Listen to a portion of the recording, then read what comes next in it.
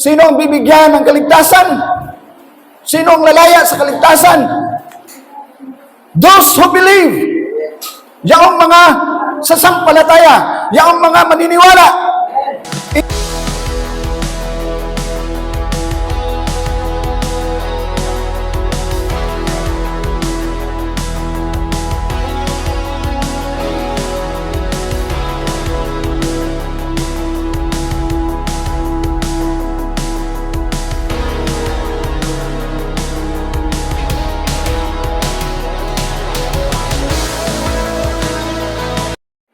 Ang pangalan po ng ating Panginoon sa kanilang lingwahe ay Yeshua. Hallelujah. So, understanding salvation. Sabihin mo sa katabi mo, huwag mo akong isturbuhin. Mamaya na lang doon sa bahay. Sabihin mo ulit sa katabi mo, huwag mo akong isturbuhin. Kalimutan mo muna na ikaw ay isang chismoso. Kalimutan mo muna na ikaw isang chismosa. Amen? Lahat po ng may mga naramdaman sa katawan, maaari mo bang tumayo? Masakit ang ulo, masakit ang biwang, tumayo kayong lahat. Yung may mga sakit lamang po. Para malaya po tayong makapuri sa Panginoon na walang mga karamdaman, walang mga sakit. Father, the Creator of heavens and earth, remove the sins, the sickness, or any disease upon your people. Hindi maikli ang iyong mga kamay. I acknowledge the power of your Spirit.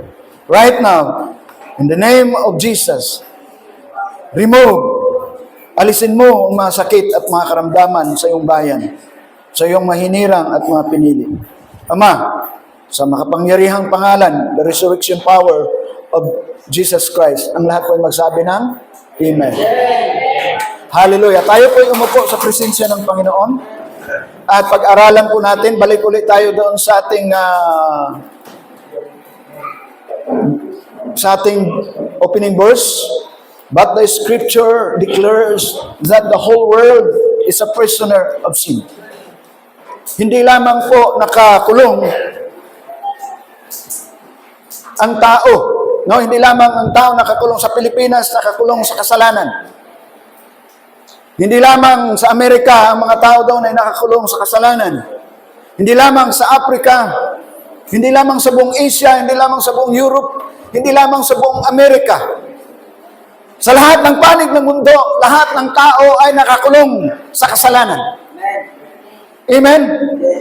Ito ang pinakamalaking problema sa ating mundo. Kaya ang mga tao gumawa ng relihiyon.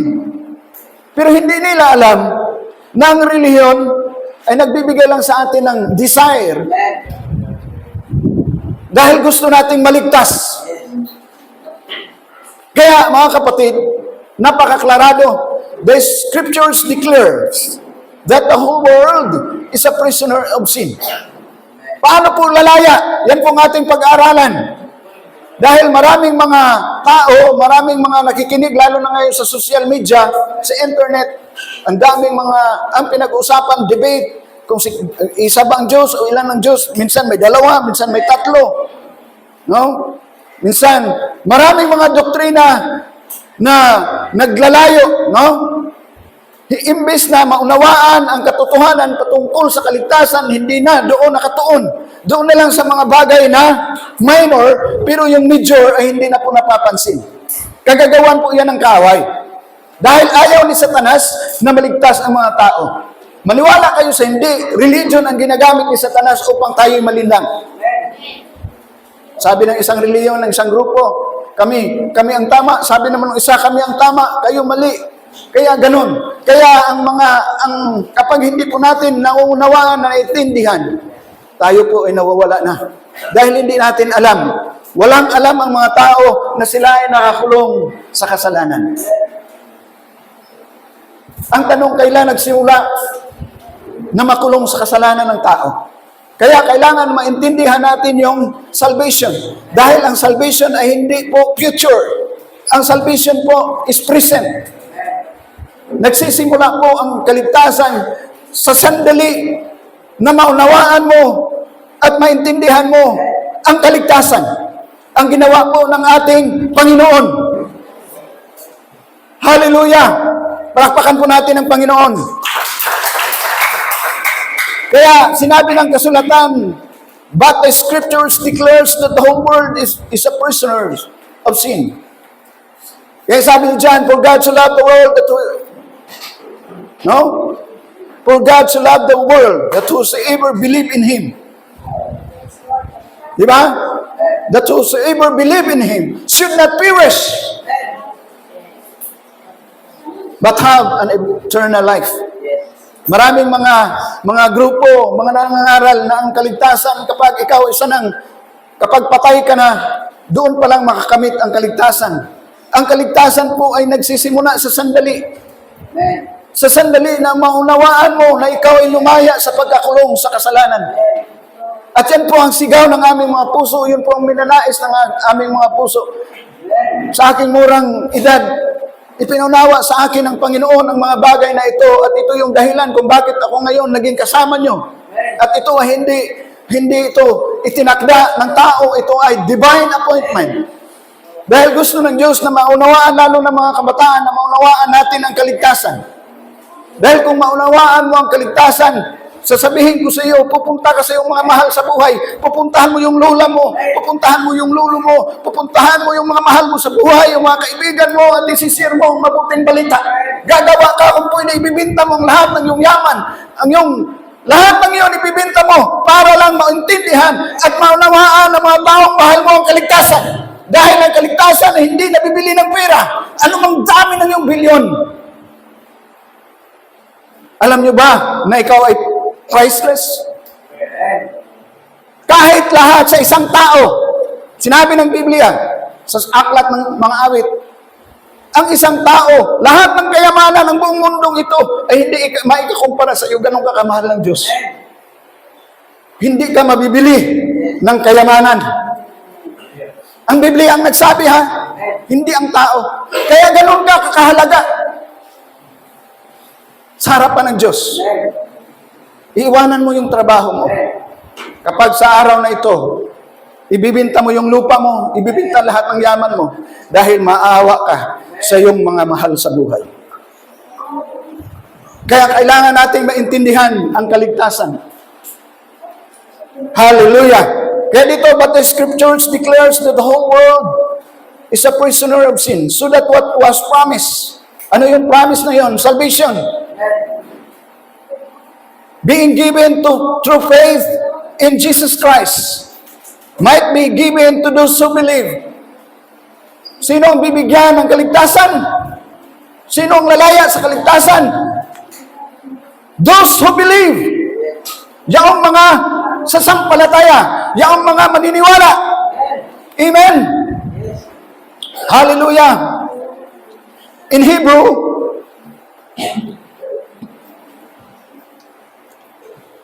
Yeshua means to deliver, to rescue, and to save. In Greek, soteria encompasses spiritual salvation, deliverance from sin, death, reconciliation with God, and eternal life. Yeshua in Hebrew and soteria in Greek both emphasize wholeness in all dimensions of life, body, mind, and spirit, both in the present and eternity.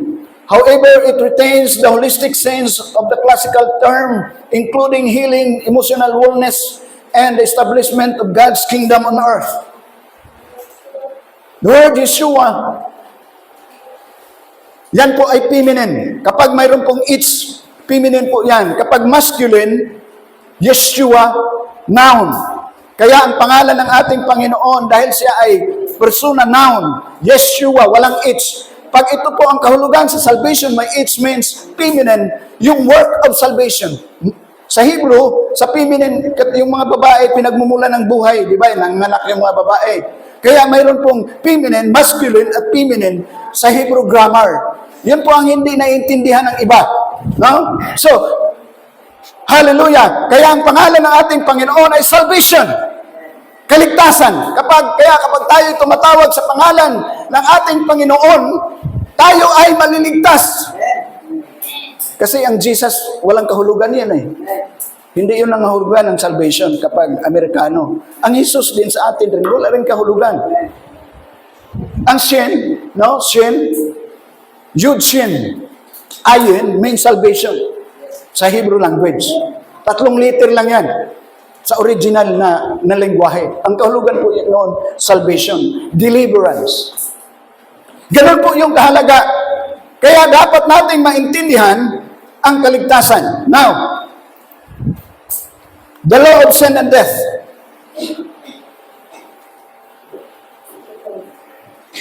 Ano yung law of sin and death? Ang law of sin and death ay mababasa po natin sa Genesis.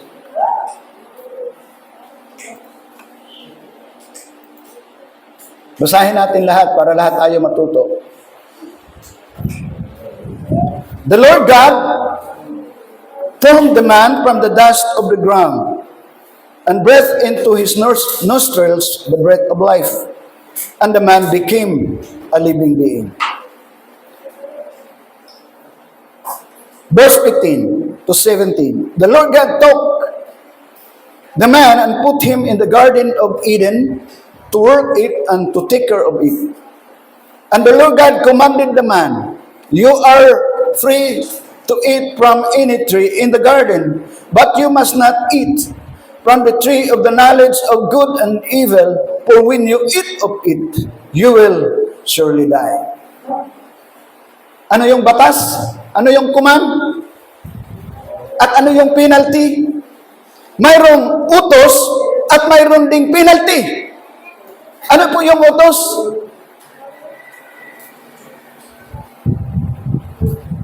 You are free to eat from any tree in the garden, but you must not eat from the tree of the knowledge of good and evil, for when you eat of it, you will surely die.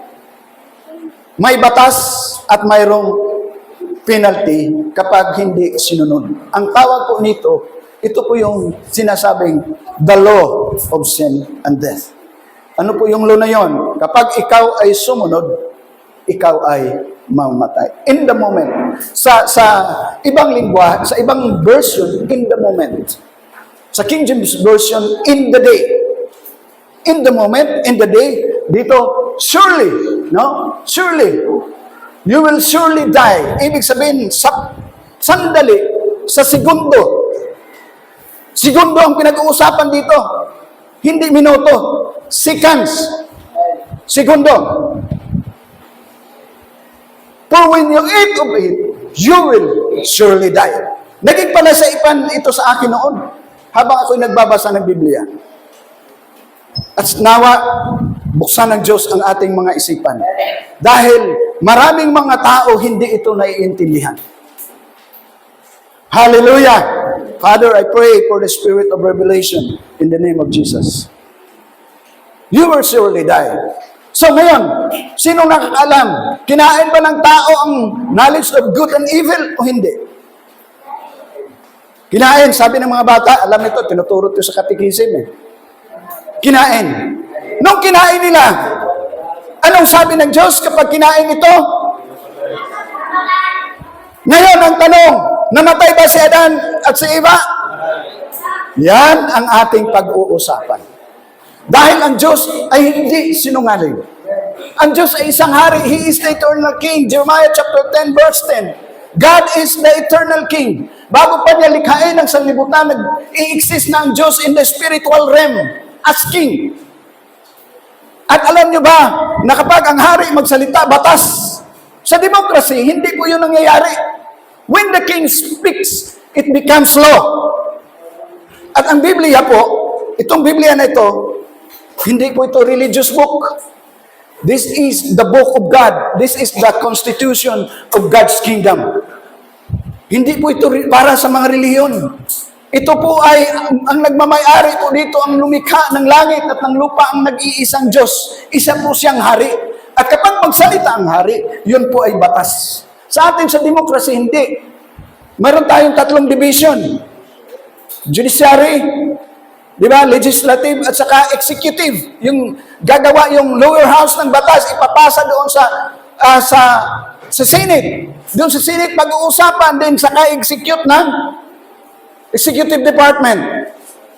So, babalasahin yon. Kapag okay na, magiging batas na yon. Pero sino ang gumawa ng batas? Tayong tao. Bakit? Sa demokrasi, tao ang gumagawa ng batas. Demo means the people, the mass. No? So, sa Pilipinas, tayo ang gumagawa ng batas. Hindi, Pastor. Hindi tayo ang gumagawa ng batas. Sinong naglagay doon sa mga representative? Di ba tayo? They are representing us. Kaya, tayo ang gumawa ng batas. Naintindihan po natin? Sa kingdom iba, ang Diyos, ang hari, ang gumagawa ng batas. Kapag sinabi niya, batas na yon. Kaya may kasabihan, ang salita ng hari ay hindi nababalik. It becomes law. Kaya nung sabihin ng Diyos, when you eat of it, you will surely die. Batas yun. Mangyayari kagad yun. Hindi sa minuto, sa segundo na yun. Segundo. No? Seconds. Ikaw ay mamatay. Ngayon, sagot nyo kanina, hindi daw. Totoo yun. Hindi po namatay ang tao. Physical.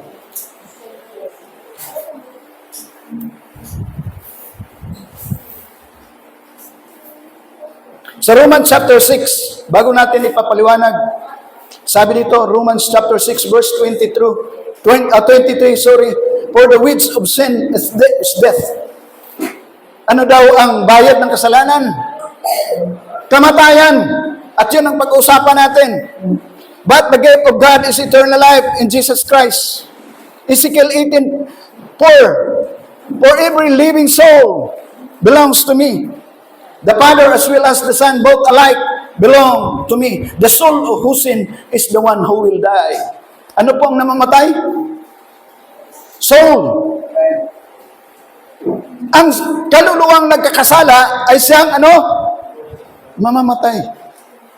Ibig sabihin, nung kinain ni Adan at ni Eva at ni Adan ang knowledge of good and evil na magbibigay sa kanila ng kaalaman kung anong tama at mali, sa araw na yon sila po ay namatay. Spiritual death. Ang spiritual death. Natanggal yung buhay na walang hanggan sa kanila mga kapatid. Okay. Dito sa Romans, chapter 5, verse 12, sabi dito, therefore, just as sin entered the world through one man, and death through sin, and in this way, death came to all men because all sin. So, ang lahat po ay nagkasala. Kaya sabi sa Matthew chapter 10, verse 28, do not afraid of those who kill the body, but cannot kill the soul. Rather, be afraid of the one who can destroy both soul and body in hell. Kaya, ngayon, ilang uri ng kamatayan? Anong kamatayan ang sinasabi ng Biblia? Death in its three forms. Ito po ang papaliwanag ko. Kasi kapag hindi po natin ito maintindihan, hindi po ninyo maintindihan ang kaligtasan. Tapikin mo nga yung katabi mo, mamaya ka na mag-cellphone. Sabihin mo, pag uwi sa bahay, hindi na nagpipreach si pastor, doon ka na mag-cellphone. Okay lang? Amen? Sabihin mo ulit sa katabi mo, pag uwi mo mamaya sa bahay, matatapos tayo mamaya alas 10 ng gabi, doon ka na mag-cellphone. Sige, sabihin mo sa katabi mo, huwag kang mahiya. Pwede. Amen? Kasi wala tayong maintindihan. Cellphone ka ng cellphone. Nagpipreach dito ang pastor. No? Hindi ito stricto. Kasi mahalaga ito. Kasi, alam nyo, mga kapatid, ang ipinapangaral ngayon ng mga mangangaral, hindi kaligtasan. Prosperity. Maaari kang maging milyonaryo pero hindi ka ligtas. Maaari kang maging bilyonaryo pero hindi ka ligtas. Ikaw ang pinakasikat na tao sa buong mundo pero hindi ka ligtas. Ikaw ang pinakamatalinong tao sa buong mundo, hindi ka ligtas.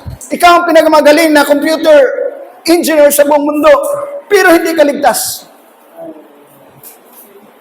Kaya hindi ka maililigtas ng talino mo, ng kayamanan mo. Ang makapagliligtas sa iyo ang kaalaman na galing sa Diyos. Bakit ganun po ang aking passion? Dahil ang buhay na ito, kapag hindi mo maintindihan, mamaya maintindihan natin, ikaw ay nasa ilalim na ng isang may hatol na ang buhay mo. Nahatulan na tayo. Now, death in its three form. Number one, spiritual death. What is spiritual death? Which is the separation of man from God. It is a spiritual separation. Built upon Adam and Eve. The moment they sin, their disobedience separate them from the holy God. Their soul were corrupted and the flow of eternal life was cut off. They are spiritually dead, physically alive, but spiritually dead. So, man is a living dead. Nakulang ako ng no? Nalimutan ko yung A. The word of God take effect immediately. On the moment, God said, "For when you eat of it, you will surely die." The penalty of disobedience is death. So ngayon, papaliwanag natin. Kinain. Napapansin mo, kasi naging tanong ko, bakit hindi sila namatay? Hindi sila namatay spiritual. Namatay po sila. Sorry, hindi sila namatay physical, immediately. Sila po ay namatay spiritual. Ano pong namatay sa kanila?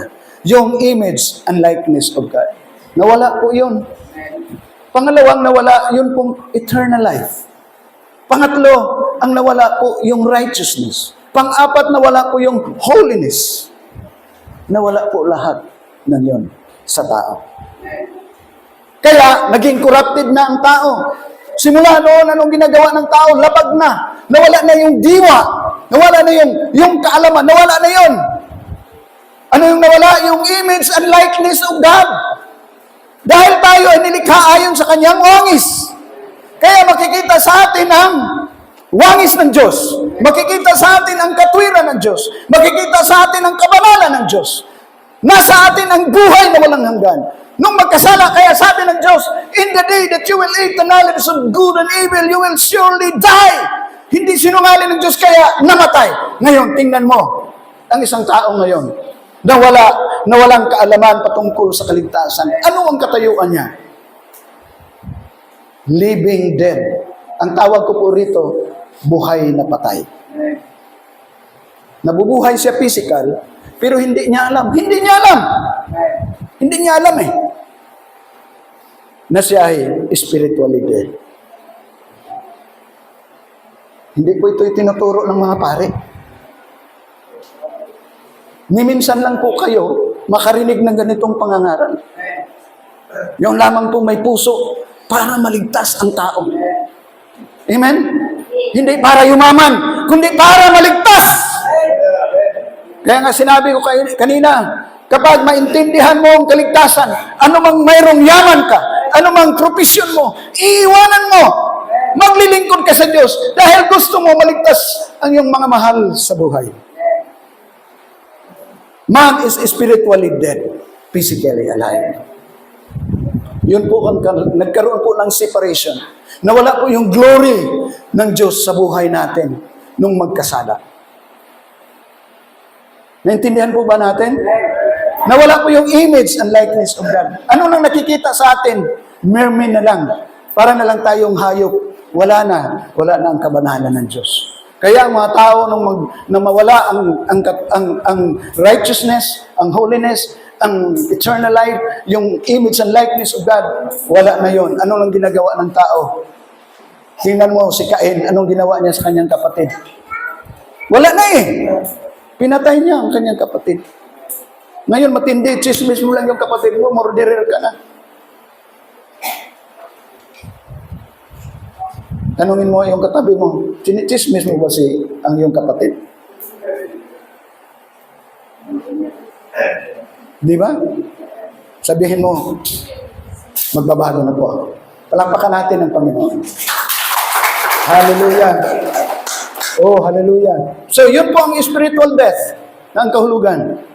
Now, their souls were corrupted and the flow of eternal life was cut up. Wala na po yung parang kuryente na brown out na. Wala na yung buhay na walang hanggan. Kaya ang pangaral ay, for God so loved the world that whosoever believe in Him. Sino yung Him na pinaguan doon? No? Ang Ama, that whosoever believe in Him should not perish but have an everlasting life. Magkaroon ng buhay na walang hanggan. Bakit ganun ang pangaral? Magkaroon ng buhay na walang hanggan. Kasi wala ng buhay na walang hanggan sa iyo. Noong ang tao, ang iyong mga ninuno, si Adan at si Eva ay nagkasala, wala na yung buhay na walang hanggan. Nawala na yun. Oh, hallelujah. Nawala na. At ngayon, malalaman natin kailan ulit yun. Pastor, kailan yun ulit may babalik? Ang turo ng reliyon, kapag patay ka na, hindi po totoo yun, mamaya malalaman natin. Diretso po tayo. Pangalawang uri, kahulugan, physical death. What is physical death? The physical death, the death of physical body, and the temporary separation of soul from the body in the sense, in the spiritual sense and life. Ano po ang physical death? Ito po ang kinatatakutan ng marami. Ayaw ng iba na mamatay. Takot na takot silang mamatay. Totoo talaga. Dapat lang talaga matakot ka. No? Ito po yung physical na kamatayan. Ang physical na kamatayan, mga kapatid, ito po, ano natin yung soul. What is soul? The soul is the seat of human agency, will, desires, and emotion. Kasi, sinabi natin kanina, the physical death. Ano yon? Yung emotion natin, yung will natin, nung magkaroon tayo ng separation sa Diyos, yung will natin, yung desire, hindi na yung sinusunod natin ang will ng Diyos. Yung desire ng Diyos, hindi na po natin sinusunod. Ano po ang sinusunod natin? Yung instinct ng human will. Yung gusto ng ating katawan. Anong gusto ng katawan? Mag-chismis. Bakit laging chismis ang uminom? Di ba? Sumugal. Magbabad sa cellphone. Kasalanan po ang magbabad sa cellphone. Bakit, Pastor, kasalanan naman? Ginudiyos mo na yung cellphone eh. Di ba? Lalo na kapag may tinatawag na ano ba yun, yung trending. Di ba? Lalo na kapag manood tayo ng TikTok, pag ganun mo, ma-enjoy ka, isa na naman. Nawawala na yung oras natin. Sabihin mo tapikin mo sa likod yung katabi mo, sabihin mo, mamaya ka na matulog sa bahay. Hindi ba? Ulitin natin. Sabihin mo, mamaya ka na matulog sa bahay. Minsan lang ito sa isang taon, matutulog ka pa ngayon. Mamaya na, pag umuwi ng bahay. Kasi inantok na eh. Sabihin mo, minsan lang to. So the soul, next pastor, para mabasa po nila. The soul is the seat of human agency, will, desires, and emotion. The soul is an immaterial, immortal part of humanity created in God's image. It is the core of a person's identity and spiritual being. The scripture do not separate soul and body as a distinct entity. Humans are seen as integrated body-soul. Wholes or human are seen as integrated beings. Body and soul are not separate, but form one complete person. So nga, bakit namatay? Ang kahulugan. Kasi yung will, yung diwa, yung gusto ng Diyos, hindi na natin ginagawa. Kaya nawala yun. Naputol yun. Di ba? Tingnan mo ang mga taong hindi naman nila, sana dumating kaligtasan sa kanila. Wala. Anong ginagawa natin? Hindi na yung kalooban ng Diyos. Ang ginagawa natin yung gusto ng ating katawan. Anong gusto ng katawan? Yung nagbibigay lugod sa ating katawan. Isa-isahin ko pa ba? Kasi baka magalit kayo eh. Ayaw ko pa namang mag-preach ng... Kasi isang beses yung mga pinsan ko, ang pinsan ko speaker. Yung mga pinsan ko naman, nakaupo doon gumaganon. Sabi niya, dinuro niya talaga dito si prophet. Sabi niya, ikaw na nagsisigarilyo, may impyerno ka. Sabi ko, dapat hindi ganon. Hanggang ngayon, di ko na nakita yung ano na yun. Mag-preach tayo ng may pag-ibig. Huwag yung manghatol. Amen? Huwag nating hatulan. Dahil kapag hinatulan, wala. May naintindihan po ba tayo? Hallelujah. So, nagkaroon ng separation. Bakit nagkaroon ng separation? Habang tayo ay nabubuhay physically. Dahil hindi na natin ginagawa yung will, yung desire, yung purpose ng Diyos sa ating buhay. Kaya sabi ng isang preacher, the greatest tragedy of man is not death, but life without a purpose. Ulitin ko ha. The greatest tragedy of man is not death, hindi kamatayang physical, but life without a purpose. Ano yung purpose na yon in life? To preach, to share the gospel of salvation. Yun ang purpose talaga. Kaya nga, go and preach. Pangaral nyo. Kaya nga, kapag maintindihan nyo ang kaligtasan, baka iwanan nyo yung trabaho nyo. Amen? Huwag naman sana. Lalo na nga. Hallelujah. Paano? Kailan nagsimula? Ang physical death began. At once, it's avoidable process of disintegration, deterioration, an eventual separation of soul and spirit. This is why when men experience sickness, disease, fear, anxiety, up to the moment they return to dust. Papaliwanag ko po. Kaya ang tao sa physical, simula nung magkasala, kasi sabi ng Diyos, sa araw na kakainin nyo ito, kayo ay mamamatay. Kaya pumasok yung batas ng ano ba yung deterioration sa Tagalog? Pagkaagnas. Ang tao ay unti-unting naaagnas. Si Adan, hindi siya dumaan sa sinapupunan ng kanyang ina kasi from the dust of the earth nagkaroon yung compound ng spirit and earth sa hininga ng Diyos, kaya naging tao, kaya spirit, soul, and body. No? So, naaagnas, unting naaagnas ang ating mga katawan. Tatanggapin nyo man sa hindi, siguro kung babalikan natin yung mga, nasa age tayo, pastor, ng mga 15,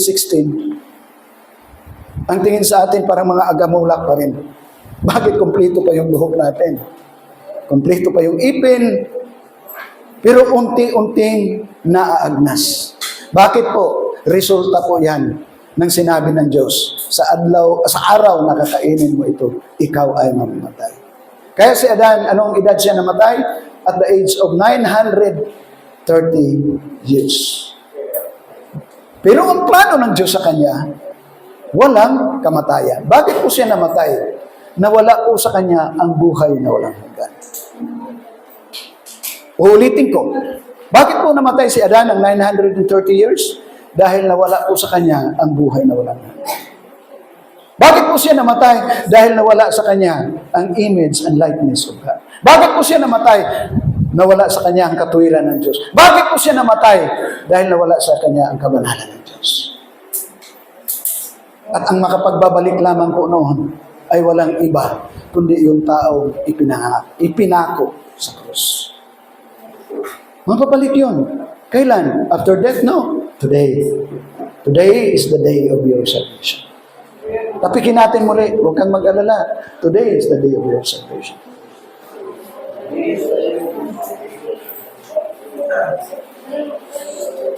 Hallelujah. Kaya sa physical death, lahat makakaranas. Mahirap man, pobre man, may ipin o wala, may buhok at wala. Lahat tayo, sabi ng Ecclesiastes, all go to the same place, all come from the dust, and to dust all return. During this moment, the breath of God will return to God. Kapag namamatay ang isang tao, babalik ang hininga ng Diyos. The breath of God, the ruwak, babalik po yun sa Diyos. Sino po ang mga example? Si Christ. Sabi niya, Ama, tanggapin mo ang aking espiritu. Si Stephen, kung tayo nagbabasa ng Biblia, Ama, receive my spirit. Bumalik po ang kanyang espiritu, ang buhay ng Diyos. Sabi pa nga, narinig ko noon sa mga matatanda, hiram ang ating buhay. Hindi po hiram ang buhay. Ibinigay po ng Diyos yan libre. Mali po yung sabihin nating hiram ang buhay. Hindi po yan hiram. Magpapatuloy po yan kapag tinanggap mo si Kristo at ang kanyang mga turo sa iyong buhay. Kukumplituhin ko.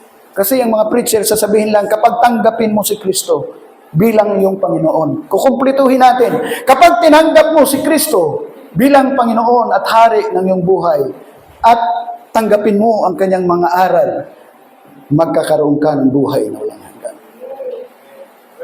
Kompleto na. Kasi marami nagsasabi, tanggapin mo lang si Kristo. Kaya nga ang sabi ng iba, tinanggap ko si Kristo eh.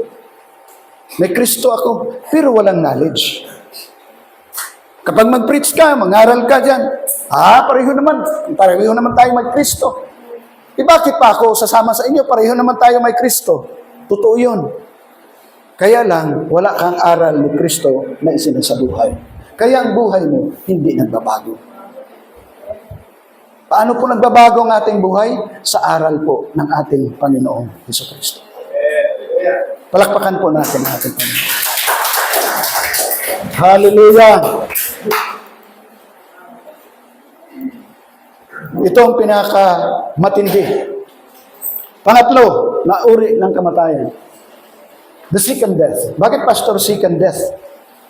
Pangatlo, nakalagay. Okay, saan natin mababasa yan? Sa Revelation 20 verse 14. Babasahin mo natin. What is second death? Which is the permanent form of spiritual death and the eternal separation of man from God. Di ba nung kinain, nagkaroon ng anong una kanina? Spiritual death. Di ba? Spiritual death. Physical pangalawa. Ito, kasi yun, pwede pang ma-redeem ang tao doon. Dito, sa ipangatlo, yung hindi tumanggap ng kay Kristo at sa kanyang mga aral. Walang nangyaring redemption. Kaya, yung second death is the permanent form of spiritual death. Nakakatakot to. Kaya kailangan, ang isang tao, kasi hindi niya alam patay siya spiritually. Hindi niya alam. Yung mga kapatid, yung mga kaibigan natin, yung mga pamilya natin, yung mga mahal natin sa buhay, hindi nila alam yun. Mas ganun ang kanilang kalagayan, ganun ang kanilang sitwasyon, na sila ay nakakulong sa kasalanan. Sa binasa natin ganina sa Galatia, the scripture declares that the whole world is a prisoner of sin. Kailangan silang lumaya sa kasalanan. Kailangan nilang malaman na kailangan nilang lumaya sa kasalanan. Dahil hindi nila alam, patay na pala sila. Masaya sila, saya disco, kung ano-anong ginagawa. Masayang masaya. Pero hindi nila alam, sila ay nasa ilalim na po ng penalidad. Penalty na po yun. Kasi bakit? Kasi makasalanan ka eh. Bago ka pa ipinanganak sa tiyan ng iyong ina, ikaw po ay isa ng makasalanan. Sabi ni David sa Psalm, chapter 51, kung hindi ako nagkakamali. From the moment, nung ako'y ipinanganak mo, isa na akong makasalanan. Kaya, nung nandyan na yung sumpa sa iyo, kaya nung ang tao ay magkasala, siya ay nasa ilalim ng sumpa ng kamatayan. Kaya ang kamatayan ay dahil ikaw patay, ikaw na ay nasa ilalim ng penalty. Anong penalty na yon? Death. Kaya itong second death, ito na yung walang hanggan na separation ng tao sa Diyos. Basahin natin ang... Okay, bago natin basahin yung Revelation, basahin muna natin ito. Sabay-sabay. Adam and his offspring became subject to the second death, which is the lake of fire. Revelation 20 verse 14. Then death and Hades were thrown into the lake of fire. The lake of fire is the second death. Nakakatakot naman to. Ano po ang second death? The lake of fire. Kaya kailangan kang ma-redeem. Kasi ang lake of fire ay hinihanda yon saan? Hinihanda para sa mga taong nakakulong sa kasalanan. Nakakulong na eh. Kaya isang araw, yung mga nakakulong sa kasalanan, itatapon yun doon sa sa dagat-dagatang apoy. Bakit siya tinatawag yung dagat-dagatang apoy, the second death? Kasi eternal separation na yun ng tao. Ngayon, hindi pa may pagkakataon. Ngayon ang yung pagkakataon na makalaya sa pagkakulong sa kasalanan. Kaya dapat ipangaral. Amen. Ito masigaw namin mga pastor, ito namin pinag-uusapan lagi. Paano natin may pangaral ng salita ng Diyos? Sabi nga nila sa akin, si Pastor Rene, luko-luko yan. Ang ganda ng trabaho niya, iniwan niya. Bakit? Nakita, ipinaunawa sa akin ng Diyos na wala pa ng kabuluhan, maging ikaw ang pinakamayamang tao sa mundo, ikaw yung pinakasikat na tao sa mundo. Singir ako eh. Kinuha ako ng GMA, kumakanta ko dyan sa Malaga. Bumaba yung yung bang tawag na scout ng GMA, kukunin ako para kumanta sa sa GMA. Sabi ng ina ko, huwag kang sumama, mag-aral ka muna. Noon, sikat na eh. Yung mga dito, alam naman, kapag kumakanta ako noon, lipay kaayo ang mga taga-Malaga. Kahit na ngayon, yung mga kaibigan ko, mga klase ko, sabi niya, kumanta ka naman. Hindi ako tinawag ng Diyos para kumanta. Tinawag ako ng Diyos para mangaral. Amen? At buong buhay ko, nagsakripisyo po ako. Dahil nakikita ko na kapag walang nangangaral, walang nagtuturo, walang maliligtas. Dahil ang kaligtasan ay nagsisimula sa pakikinig. Paano ka makikinig, makakapakinig kung walang mangangaral, walang magtuturo? Di ba? Kaya ito ay divine appointment. Ito ay tinakda ng Diyos. Dahil ang tao hindi niya alam na nakahanda na ang kanyang lalagyan. Napakaklaro dito. Then death and Hades were thrown into the lake of fire. Saan po? Ang Hades, napakalaki po ng lake of fire. Kukunin yung Hades. Ano po yung Hades? Nandoon po ngayon ang mga soul ng mga makataong makasalanan. Yun po ang kanilang temporary place. Doon ilalagay na tinatawag ng iba na purgatorio. Hades po ang tawag doon. Nandoon po ang mga taong namamatay na walang relasyon sa Diyos, na hindi nakakilala kay Kristo at hindi sinasabuhay ang salita ng Diyos. Nung mamatay sila, hindi nila naintindihan o nawahan ang kaligtasan. Nandoon po sila ngayon. Bakit po nandoon sila? Wala na pong kaligtasan doon. Kasi nakahatol na yon. Buhay ka pa, narito ka pa sa lupa, nasa ilalim ka na ng kahatulan. Kailangan ma-redeem ka, kailangan maligtas ka, kailangan tanggapin mo si Kristo, at tanggapin mo ang kanyang mga aral. Isabuhay mo ang kanyang mga aral. At kapag tinanggap mo si Kristo at isinabuhay mo ang kanyang mga aral, manunumbalik sa iyo ang four things na pinamahalaga na nawala sa tao: the image and likeness of God, eternal life, righteousness, and holiness. Palakpakan natin ang Panginoon. May babalik po sa atin yun. Hallelujah! Hindi po after death. Kaya ang kaligtasan ay today. Sabi ni Paul, today is the day of salvation. Papaliwanag po natin, the lake of fire is the second death. It is written that it is prepared for the devil and the angels. Hindi po nilikha ng Diyos ang lake of fire para sa tao. It was not prepared for human beings. And they enter it only on the ground, that they repudiate God and cast in their lots with Satan and his angels. Ano yon? Kapag patuloy po tayong sumasalangsang sa Diyos. Amen? Kaya, laging nasalansang natin ang kalooban ng Diyos. Kaya itong mga tao, kailangan silang ma-redeem. Upon Adam and his offspring, repudiation from disobedience, sa kanilang patuloy na pagrebelde, pagsasalangsang, he and his offspring came at once into the experience of spiritual death. He and his offspring, mankind, was doomed to the second death, the lake of fire, except his offspring should be redeemed. Kailangan ang lahat ng tao ay matubos. Kailan po ang katubusan? Habang po tayo'y nabubuhay. Yan po ang mabuting balita. Kaya si Christ, siya ang ating manunubos. Naintindihan po ba natin ang salitang manunubos? Kailan nga tayo tutubusin? Doon sa impyerno? No! Today. Sa araw na ito. Sa moment, in this moment, this is your moment with God. At sa moment na ito, sa sandaling ito, kapag tinanggap mo si Kristo, magbabago ang iyong destiny. You are already destined to the lake of fire. Ngunit mababago yun na yun kapag tinanggap mo si Kristo at ang kanyang mga aral. Dahil maraming nagsasabi si Kristo ang aking Panginoon, pero hindi niya sinasabuhay ang kanyang mga aral.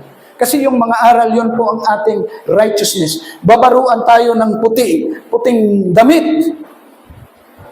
Yun po ay nagsisimbolo ng katwiran ng Diyos, ng kabanalan ng Diyos. Kaya tayo nandito, ito yung major kung bakit tayo, reason, kung bakit tayo nagkakatipon. Dahil gusto nating lumago sa ating pananampalataya, lalo na sa salvation.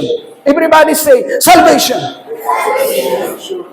Yun ang purpose na tayo ay maligtas at maunawaan natin at maintindihan ang kaligtasan. At nawa na intindihan po natin ito sa araw na ito. Today is the day of your redemption. Kaya nga tinuro natin, ito ang pinakamalaking problema po sa buong mundo. Hallelujah! Ang kamatayan.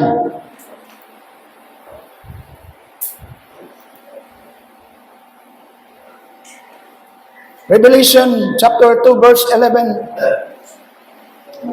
Pang 11:15, Pastor, diretso na tayo. Anong sabi dito? He who overcomes us, he who has an ear, let him hear what the Spirit says to the churches. He who overcomes will not hurt at all by the second death. Ano po yung tinutukoy na second death? Lake of fire. Bakit sabi ni Christ na gano'n ang pagkasabi niya? Dahil hindi ka na itatapon. Magbabago ang iyong destiny. Ano po? He who overcomes. Ano yung overcomes? Dahil kapag Kristiyano ka na, marami pong mga pagsubok sa buhay. At hindi mo matatalo ang pagsubok kapag kulang ka ng kaalaman ng salita ng Diyos. Wala kang alam eh. Kaya talo ka talaga kasi wala kang alam. Kaya sabi ni Christ, he who overcomes will not hurt at all by the second death. Kasi hindi ka natatapon nanay, tatay doon sa dagat-dagatang apoy. Inihanda lang po yung kay Satanas. Kaya nga sabi ng Biblia, ang kanyang mga banal, we will judge angels. Kasi kapag ikaw ay matuwid, kasama kang ito ang pinakamaganda sa darating ang panahon, mga ngaral tayo dito, you will be judged, and you will judge Satan and his angels sa panahon yun. Ang totoong Kristiyano po. Diretso po tayo. God's solution.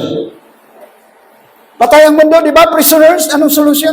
The Day of Atonement in the Tanakh foreshadows the solution to the great problem of mankind. Ito po yung pinakamalaking problema. Ano pong problema na yun? So mayroong solusyon ng Diyos.